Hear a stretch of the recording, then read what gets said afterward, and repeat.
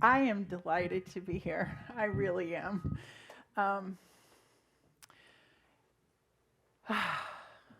Let's just take a sigh. Yeah. Yeah. Good morning. Good morning. That opening song, it touches me so very deeply. It was part of my journey in what was unfolding as I was becoming a minister. Things, I thought were on my timing, but Spirit definitely has a sense of humor, let's just say. So today we're going to continue this talk on God talk and on intuition. I know you've been covering it in your book, and you've been doing it in the book study and getting together. But these topics, God time and intuition, are deeply personal for me. I practice them each and every day. I go within and I listen. And I am present to what is unfolding in the present moment. And I am so eager to talk about what I'm going to talk about for the next 3 hours, but because there's a lot to cover. But let's start with Heraclitis. I like Heraclitis because he was a philosopher that I studied in ministerial school. And he brought about a change in thinking. Because Heraclitis, he lived around 544 BC and in the area that is kind of known as Turkey right now. And so he was in that part of the world at that time. And we were sharing what we know about life through oral stories. Well, Heraclitus said, you know something? I'm going to write some of my thoughts down. And he put them on, and all we have are a few fragments of what he wrote down. And he said he explored his own nature. Well, that kind of sounds like going within, of listening to that God voice within. He also said, man cannot step in the same river twice, because the river is not the same river, and the man is not the same man. Well, here I am at Scottsdale Center for Spiritual Living. This is not the same river, and I am not the same woman when we last met with one another. So Heraclitus, he believed in change. He believed that nothing stays the same. And I found a very similar sentiment in a 16th century phrase that came from Japan, and it was celebrated in their tea houses. As they would pour the sacred tea, they used this phrase, Ichigo, Ichi-e, which means one time, one meeting. We are here in this present moment. There will never be another moment like this one. So we are here. And I invite you right now to let's just pause. Take a deep breath. And let it out. And bring your awareness to this present moment where we have gathered together, where we are meeting online, maybe for the first time, but we are here. The song and the quotes that I used to open up my talk this morning remind us that this is God time, this present moment, and we can tap into it at any moment if we just bring our awareness to the present moment. Living this past year through COVID has been an interesting experience, to say the least. And I look for glimmers wherever I can in life. But I know that the experience comes from within. In the book Conversations with God by Neil Donald Walsh, he says we can talk with God, not just to God. When we talk to God, we tell him our wants, we tell him our desires, and we're just like, okay, you've got it. But when we talk with God, we go within to that part of us that is God and listens and knows, and we can communicate with God because we're part of God. Neil Donald Walsh says, it doesn't matter how or in what form God reveals itself to us. It is simply the God self revealing itself to God's self through an inner experience.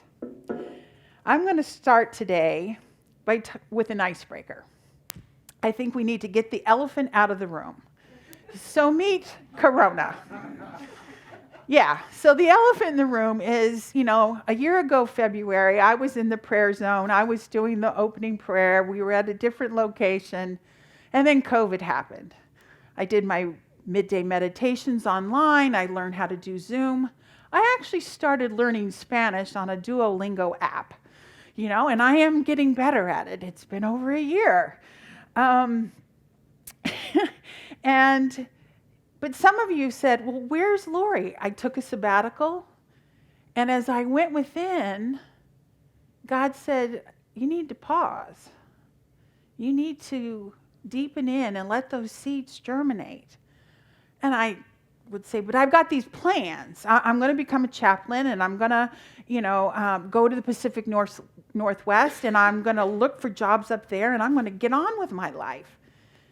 And Spirit said, but wait a minute, I've got this pandemic thing happening and nobody's traveling. And in fact, I haven't seen my kids in 17 months. And that's going to change on Tuesday. So Ernest Holmes, the founder of our teaching, says, it matters not if you come in through the front door or the back door or through the window or up through the basement, because we're all going to meet in the living room. So here we are in the living room. It doesn't matter how we got here. My talk today was inspired by another icebreaker. This is one I did in class. And while I was in class, we would tell 2 truths and a lie. I don't know if you've played that game, but you'd tell 2 facts about yourself, and then you'd go on and tell something that wasn't true. And the people that you were paired up with in small groups or one-on-one, they'd have to guess which one was the lie. Well, today I'm going to turn that on its head. We're going to do 2 truths and a sigh, because the sigh is so much better. Okay, recently I read a book called The Art of Being. Well, for a creative person like me, the art of being is God time, and it is listening to my intuition. This book is written by Dennis Merritt Jones, and he reminds us that God is all there is. That is truth number 1. God is all that there is. It's in every one of us. It's in the stuff we see outside. It's in the stuff we don't see. It's in COVID. It's in illness. It's in everything we see. God is all of it. There is nothing outside of God. God is, I am, and we are. Which brings me to truth number 2. We live in a spiritual universe. Would you agree? Yes. Living in a spiritual universe, we are governed by universal laws and universal principles. One of those is cause and effect. You do A, you get B. You do C, you get D. It's a matter of principle. There's a quote by Eckhart Tolle, mentioned in The Art of Being, which says there are cycles of success when things come to you and you thrive. And then there are cycles of failure when they wither and disintegrate. And you have to let them go in order for the new to arise and for transformation to happen. If you cling and resist at this point, you are refusing to go with the flow of life, and you will suffer. So when COVID was happening and I was a minister becoming, Spirit was nudging me to do this chaplaincy thing. I thought that hospital thing was the perfect track, and that didn't happen. They didn't choose me, which was a good thing because nobody could go to hospitals anyway unless you were really, really sick. My retreats were canceled. My classes were canceled. My big vacations were canceled. My graduation was canceled twice. But on Tuesday, I get to see my daughters again. So I am very excited. Good or bad, right or wrong, I still knew that God was in all of it. Eckhart Tolle goes on to say, it's not true that the up cycle is good or the down cycle is bad, except in our own mind's judgment. Growth is usually considered positive, but if we grow on and on and on and on, it becomes monstrous and destructive. Disillusion is sometimes needed for new growth to happen. One cannot exist without the other. I needed to step away. I needed to get quiet. I needed to ask, where do I fit in? Someone asked me on the way in this morning, well, where's your building? I said, this is the building. God is in this building. So wherever I am, God is. And that is where I shine my light. Thank you, Zenobia.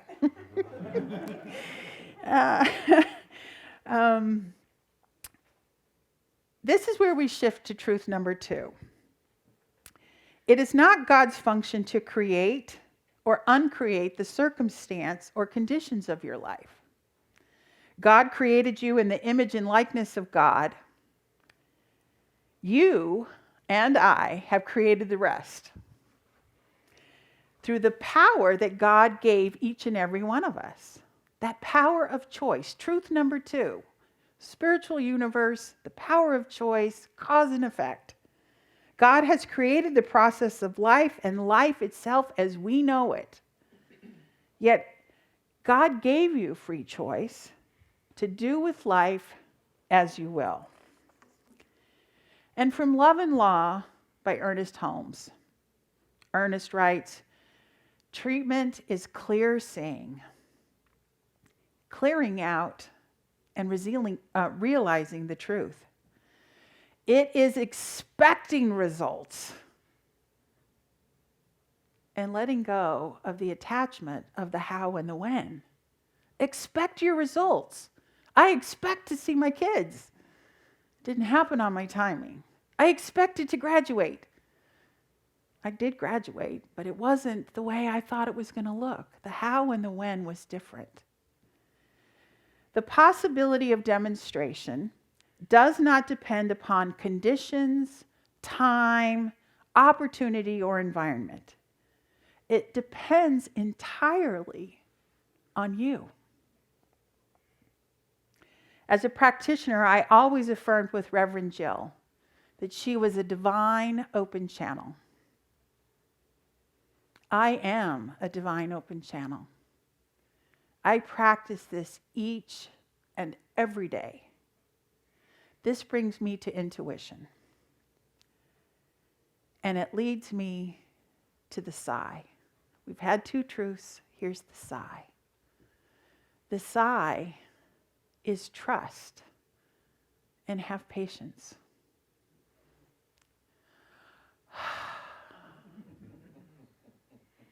Isn't that better? Better than a lie. Trust and patience in God. Real trust is just letting go of how it's supposed to look, how you've got it mapped out. And just trusting that it's all going to work out okay. Yeah. In the Science of Mind teachings of Ernest Holmes, let's lean into those belief statements that are so powerful They're probably in the front cover of your Science of Mind textbook. If not, you can find them online. There's about 12 of them, and these are very important. So 2 of them. We believe God is personal to all who feel this indwelling presence. This is what we call intuition. The God of your own understanding. And this is what Heraclitis was trying to tell us. Search within yourself and try to figure out what is meaningful for you. Don't look at what the stories have been handed down. Discover for yourself. Search within yourself. Your truths are already embedded within you. The second belief statement is we believe in the direct revelation of truth through our intuitive and spiritual nature, and that anyone may become a revealer of truth who lives with the indwelling God. Anyone. It wasn't given to the privileged. It wasn't just given to ministers. It wasn't given to the elite. It was given to each and every one of us because of that first truth. Everything is God. Everyone is God.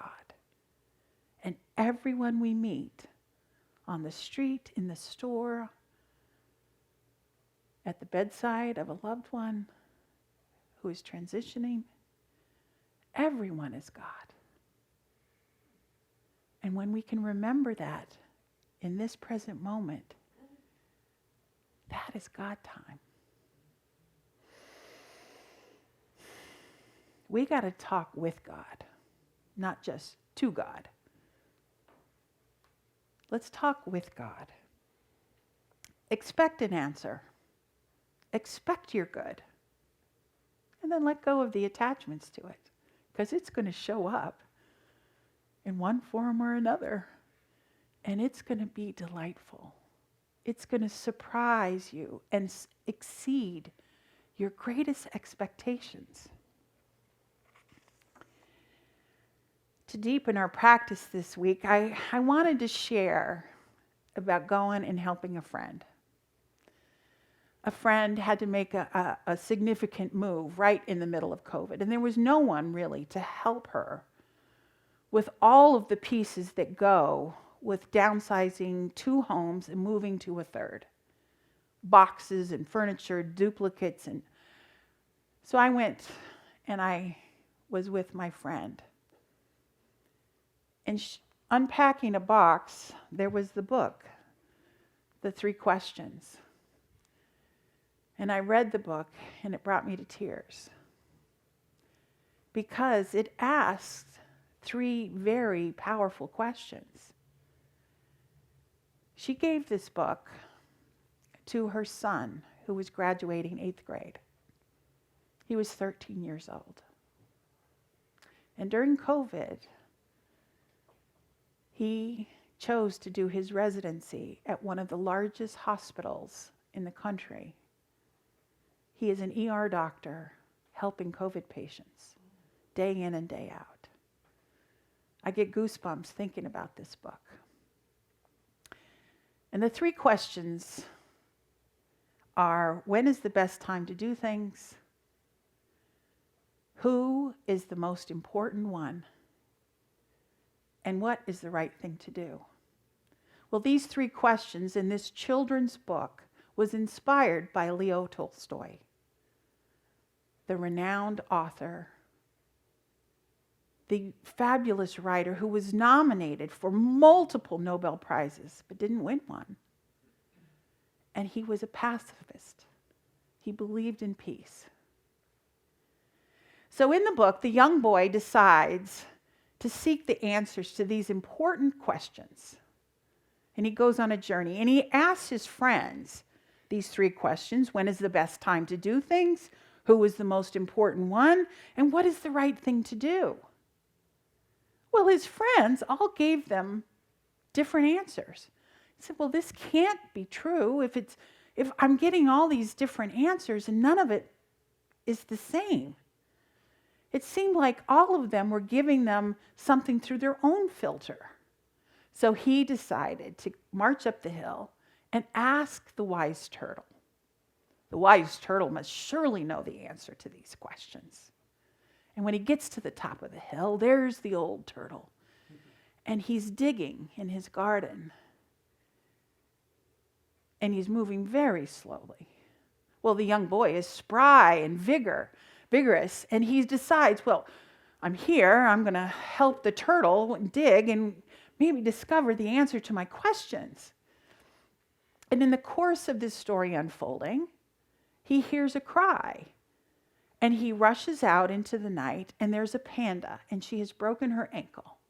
So he brings the panda back to the turtle's house, and he mends the panda's ankle, and while talking with the panda, discovers that she has left her small child in the forest.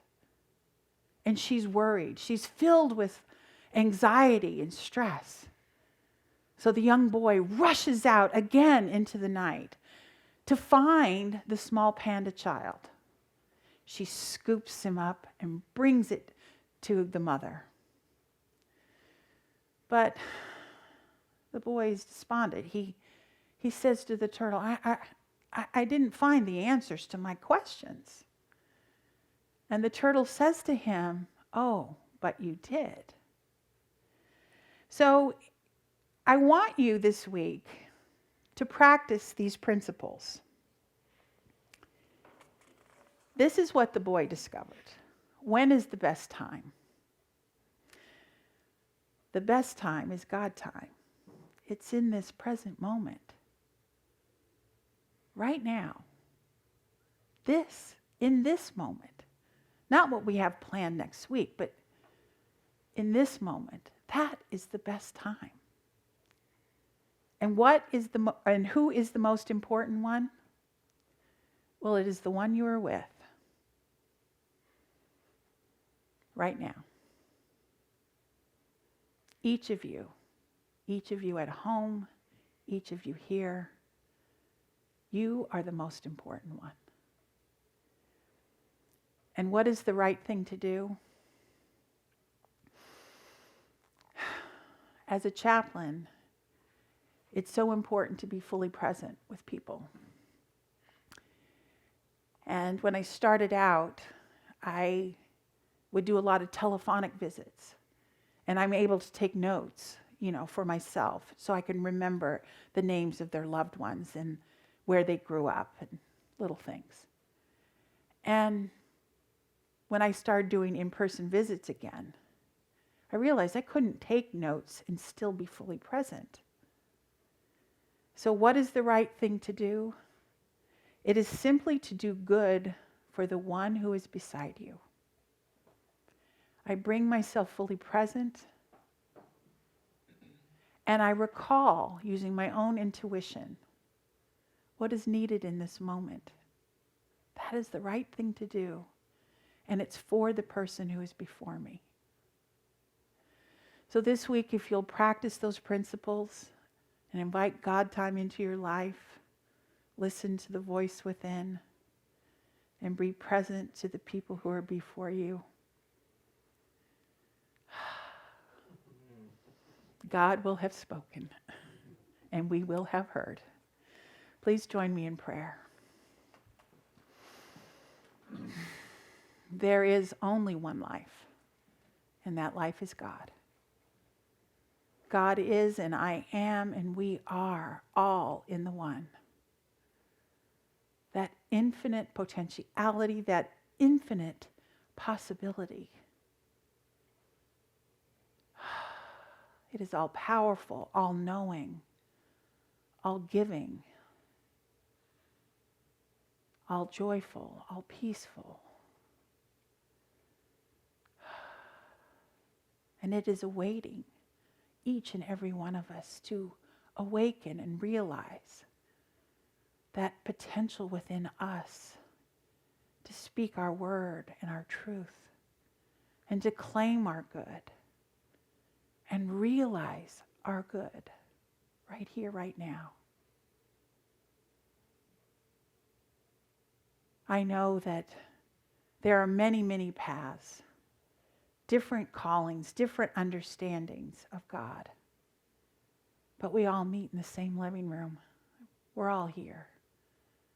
Each of us expressing as the divine so uniquely and powerfully and beautifully, so individually. But we are all connected.